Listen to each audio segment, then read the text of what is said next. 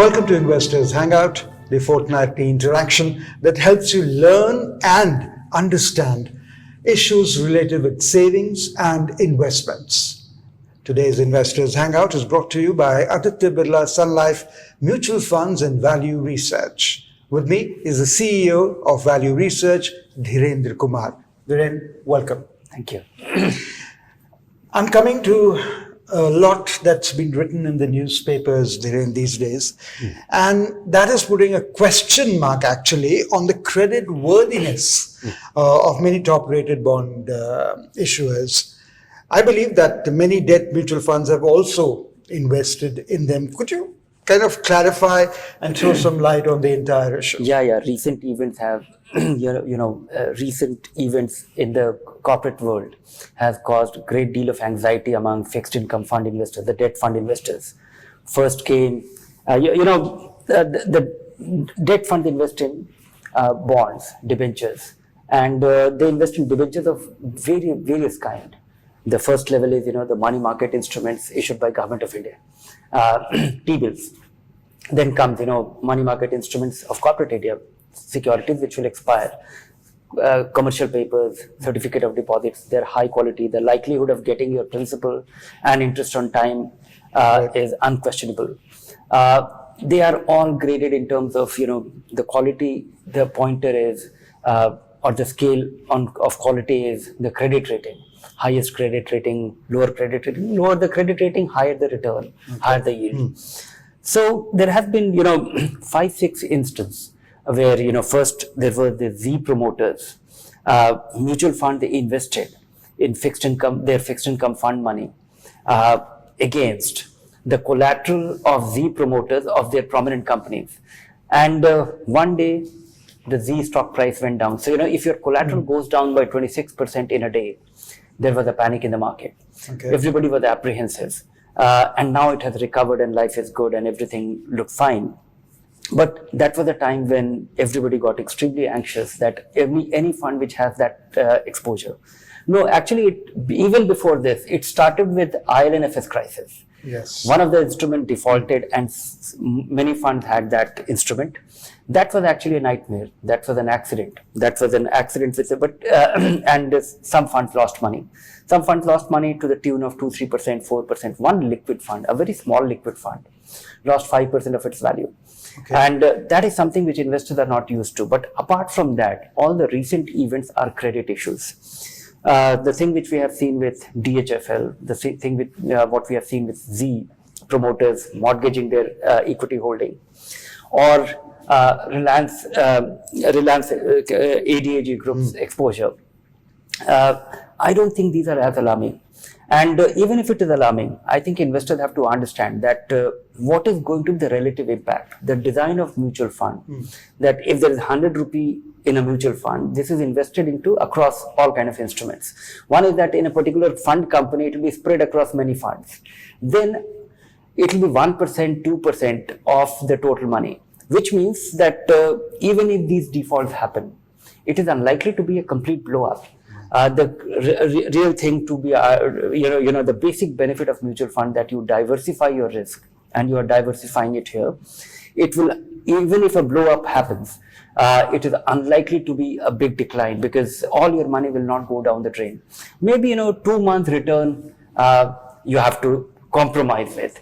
Also, that may not go away forever. We have many things that has happened which will ensure that in the future. What you're saying is in the long run it will not be so bad, or one should not worry. Yeah, I think. But in the short term, you could. Of course, in short term, you will. You can. You could. But right now, all the noise is around. It is only a noise. It has actually not impacted because the valuation norms, the liquidity norms, and maybe it will require some time for some of these companies to get themselves. One should not lose the sense of proportion. My understanding is that the news that we see as if bond funds are going to crash land tomorrow, but that is not the case. Bond fund industry is a large one. We have substantial amount of money, and all these exposures put together will not aggregate more than 5,000 crore. And also that 5,000 crore is unlikely to go wrong, is unlikely to default. Right now they have not defaulted in the first place. But even if they default, even if there is a renegotiation, even if there is a delay in interest payment, there is collateral. It will take time to resolve. Now we have a side pocketing norms which will actually ease. Okay, you mentioned about side pocketing. Would side pocketing be of any help in the given situation? Oh, it will be of great help. Assuming that First, if you could explain yeah, side I'll just pocketing. explain what it is. What happens is the spirit of mutual fund is that it should protect the interest of all kind of investors. There are broadly three kind of investors that could potentially be, impacted. One is that an existing investor, an exiting investor, assuming an investor decides to get out of the fund and an investor decides to get into the fund. None of them should be treated in any unequal fashion. It should be fair to all these three investors. The investors who remain there, the investors who get out, and investors who are coming in. And there was a problem earlier. Assuming that a mutual fund company has a exposure to, has invested in a bond, and that bond has defaulted. The company is unable to pay back, as it happened in case of ILNFS. The company is unable to pay back the principal and interest on time. And credit rating agencies put it as a default. The bond immediately, that day itself, in the portfolio gets valued at zero. So if that is 2% of your investment, you get a 2% knock. But it has turned into zero because there is no market at any price today. But that doesn't mean that the underlying worth is zero. It cannot be valued. So it is valued at zero. There is no market. But in 6 months' time, mutual funds say that this is your obligation. Resolve it. Maybe they get 100% of their money in 6 months' time. Maybe the company was facing some liquidity issues, so they could not pay it on time. They are able to liquidate the underlying assets and pay back. Maybe they are able to pay back 90%. They are able to pay back 70%. But in the interim, the resolution will take place. No, that resolution, assuming it happens. But what happens in the mutual fund, what used to happen in the mutual fund in that case, is that a lot of investors will get out in a huff in panic that my fund has taken a hit. So his losses become permanent. He will not have access to any recovery in future because he has gone out. All the investors who stay there, they have taken the hit and they are having, they are waiting out that maybe they will get the money. But assuming that an investor has a need to get out, he has a liquidity requirement, he needs to buy, he needs that money for some purpose. He has to forcibly stay there to benefit from any recovery in the process in future. Assuming there is a smart investor who is able to smell that this bond is lying there which is valued at zero, and this problem will get resolved in another 1 month. So he will come at a later date and he will benefit when the recovery happens. So this was an unfair system. What happens as a result of the side pocketing rules is that these instruments will be taken off and kept in a side pocket. Okay. It will be a parallel fund and it will be valued at zero. And the remaining fund will continue to run like any ordinary normal fund from there on. So, and that particular money which has been taken, carved out of this fund, will be the entitlement on that money will be of all investors who were as on that date. Okay. So even if you decide to get out, you will be entitled for the benefit or any recovery that happens in future. If you remain there, you are definitely, you will also be entitled.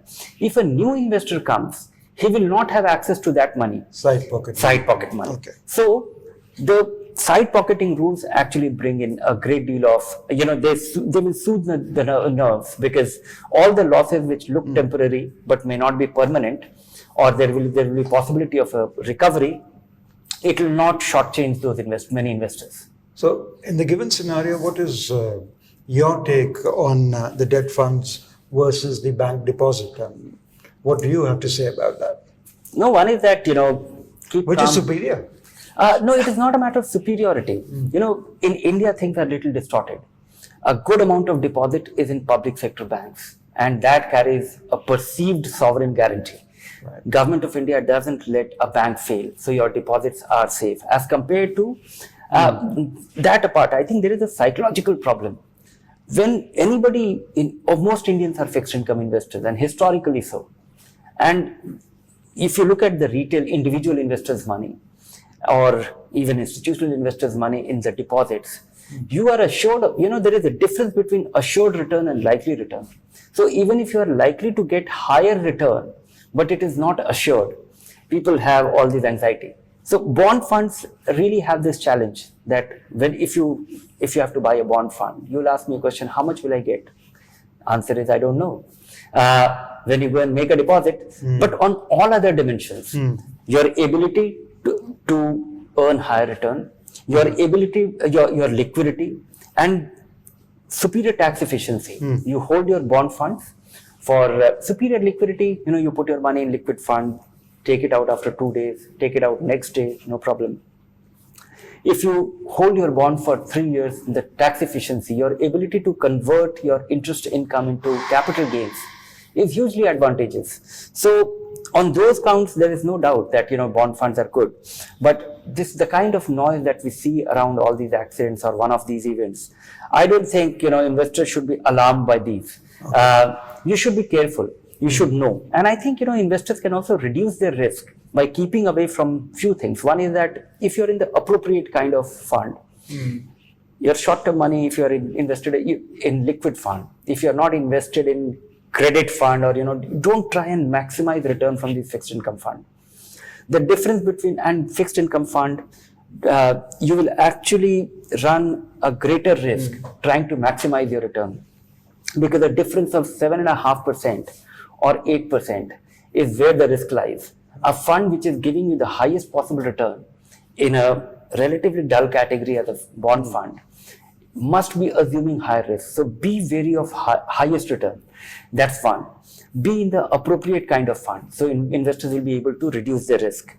Also, what you're saying, that how alarming it is actually not alarming. Going by the size of the mutual fund, the exposure to such bonds is not even, in totality, is not even 0.5%. That apart, even that 0.5% resides in a kind of fund which will not cause, because the bigger problem of bond fund is that when there is a noise like this, many investors pull their money out. Pulling that money out and realignment of, a reallocation of money, that causes a different degree of risk. From that standpoint, I think mutual funds have done a great job. A good amount of these securities are actually lying in fixed maturity plans. They are not liquid. They are held till maturity. They are unlikely to be, it is unlikely to cause a panic. So I think side pocketing and many of these bonds lying in the appropriate category, which is unlikely to, face a run on their fund, is a far greater safety involved. So can I safely say that the debt funds are a superior investment, and because the bank deposit is not 100% guaranteed. Yeah, that is what I was telling you about the Indian distortion. Bank deposits are not guaranteed. Not only that, only up to 1 lakh rupees is guaranteed, in a sense that it carries the insurance. Rest of if you have money lying in, theoretically, if you have 1 crore of rupees lying in a bank and that bank fails, you will get only 1 lakh rupee, legally speaking. But the precedent says that no bank has been allowed to fail in India.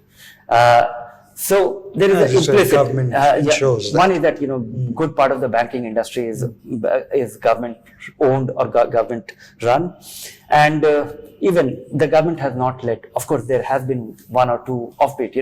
I recall Bank of Karad failing, and we come across a lot of news where cooperative banks have failed. But that apart, Indian investors or Indian savers' experience has been, and a good amount of money is lying with the government itself. Look at the Public Provident Fund. Correct. Or look at all the small savings organizations, post office, MIP. So that is not implicit guarantee. It is government itself. Government itself is a borrower, and depositors are putting the money with the government. So in that sense, fixed income is expected. That I think causes a far greater expectations management thing, challenge, because anything to do with fixed income, investors think that capital has to be protected at all costs, because that is what they're used to. So what Dhiren is saying is that do not worry about the debt funds. Do not worry about what's happening in the market at the moment. I don't I would not say you can worry a little bit if your fund has any of this, but it is not alarming. It is not meaningful. It is insignificant. Okay.